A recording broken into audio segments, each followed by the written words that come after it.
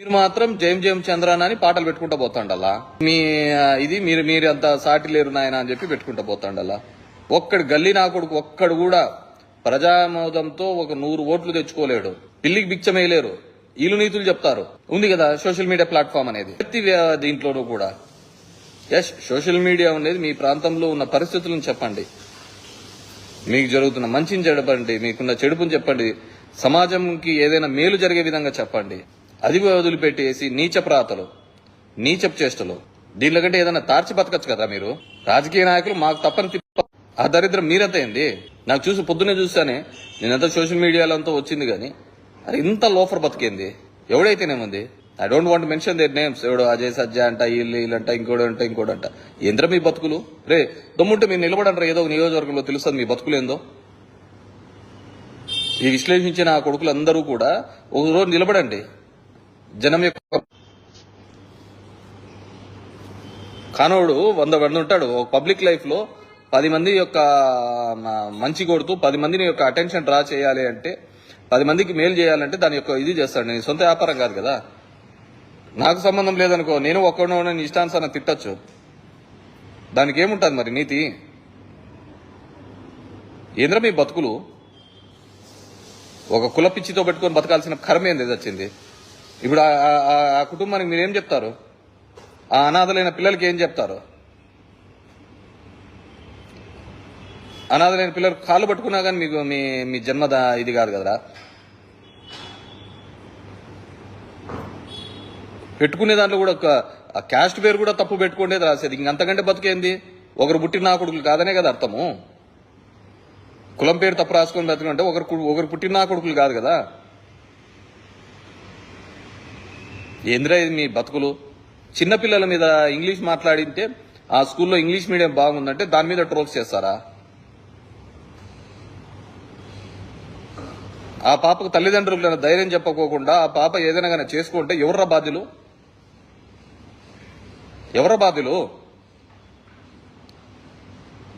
ఆ పిల్లల తల్లిదండ్రులు వచ్చి నేను ఏదో జాఫర్ టీవీలో చూశాను, ఆ స్కూల్కి పోయి మొత్తం అంతా చూస్తే చాలా బ్యూటిఫుల్ గా ఉంది. అక్కడ ఉన్న పిల్లలు ఇప్పటి నుంచి కాదు ఎప్పటి నుంచో కూడా ఆ విధంగా అక్కడ టీచర్లు వాళ్ళకు విద్యను చెప్తున్నారు.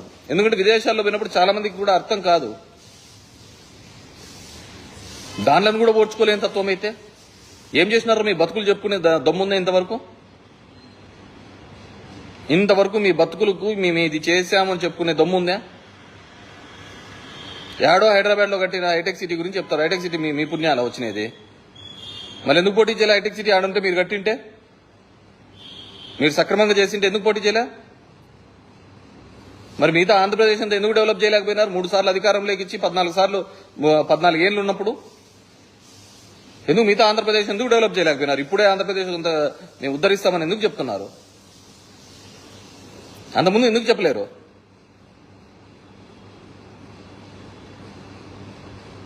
కడుపుకు అన్నం తినేవాడు దయచేసి అవతల యొక్క వ్యక్తిగతంగా వాళ్ళ యొక్క ప్రతిష్టను దెబ్బతీసే విధంగా రాయొద్దండి.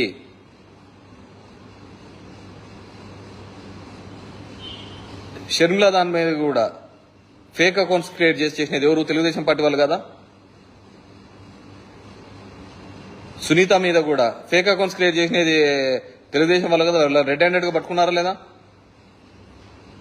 వాళ్ళకంటే అర్థం కాదులే, వాళ్ళు ఏదో హోయిలో ఉన్నారు. వాళ్ళకి మంచి ఏందో చెడేందో వాళ్ళకి తెలియటం లేదులే. దాన్ని మీరు అడ్వాంటేజ్ ఆ బతికేది ఎందుకు?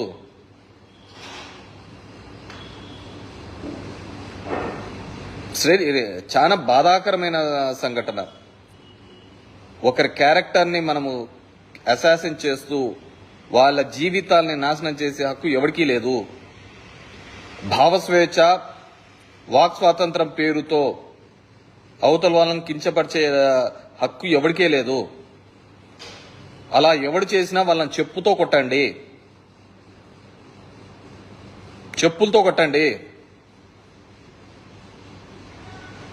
అది వాడెవడైనా కావచ్చు, అది పేపర్లలో రావచ్చు, సోషల్ మీడియాలో రావచ్చు, ఏ దాంట్లోనే రావచ్చు.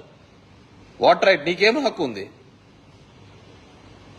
అవతల వాళ్ళ క్యారెక్టర్ కిల్ చేయడానికి నీకేం హక్కు ఉంది? పోనీ మీరు అంతకు మించిన క్యారెక్టర్లా మీవి? మీరు చేయనంత లంగా పనులు ఎవడు చేసిండాడు? మీరు చేసినంత దరిద్రం నా కొడుకులు ఎవరు ఉండరు, మీ అంత దరిద్రం నా కొడుకులు ఎవరు ఉండరు.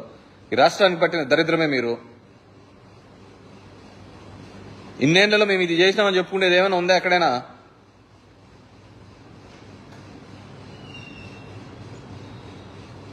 అరే అసలు మనం పెట్టే దానిలో ఒకరిని కించపరిచేటప్పుడు, ఒకరిని మాట్లాడేటప్పుడు వాళ్ళ తల్లిని, చెల్లిని, పిల్లాన్ని అందరినీ మాట్లాడుతున్నారు. వాళ్ళు ఏం తప్పు చేసినారు? డెఫినెట్ గా ఒక పేదింట్లో ఇండ్లు రావడం అనేది వాళ్ళకి చాలా గొప్ప విషయము. మీరు ఆ పేదవాళ్ళ ఇళ్లలో ఆ వెలుగుని నింపే ప్రయత్నం ఎప్పుడూ చేయలే. మీరు సంపాదించుకోవడానికే చూసినాడు తప్ప పేదోళ్ళకి సాయం చేయాలనేది ఏ రోజు ఆలోచించలే. ఈరోజు ఒకరు ఆలోచించినారు.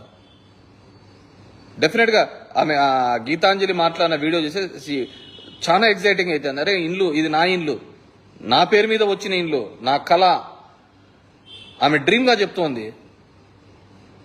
మీకు ఒక సెంటు ఇల్లు, సెంటున్నర ఇల్లు అంటే మీ బాత్రూమ్లకు సరిపోయి ఉండొచ్చు, కానీ పేదవాళ్ళకి అట్లా కాదు కదా. అదే వాళ్ళకు గుడి, అదే వాళ్ళకు మసీదు, అదే వాళ్ళకు చర్చ్ లాంటిది. ఆ దైవ సమానంగా ఇంటిని చూసుకుంటారు.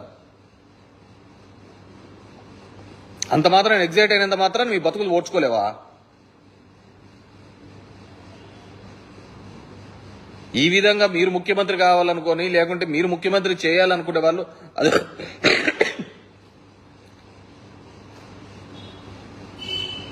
ఏమి ఆ విధంగా రాయడం వల్ల, అంతమంది ప్రాణాలు బలికోలుకోవడం వల్ల, వాళ్ళ క్యారెక్టర్ అసాసిన్ చేయడం వల్ల మీ బతుకులు బాగుంటాయనా? మీ బతుకులు అంతకంటే దూరం అయిపోతాయి కదా. అరే చిన్న పిల్లోలను కూడా వదులుకోకుండా ట్రోల్ చేస్తున్నారే, అది గొప్ప విషయమా? అది గొప్ప విషయమా?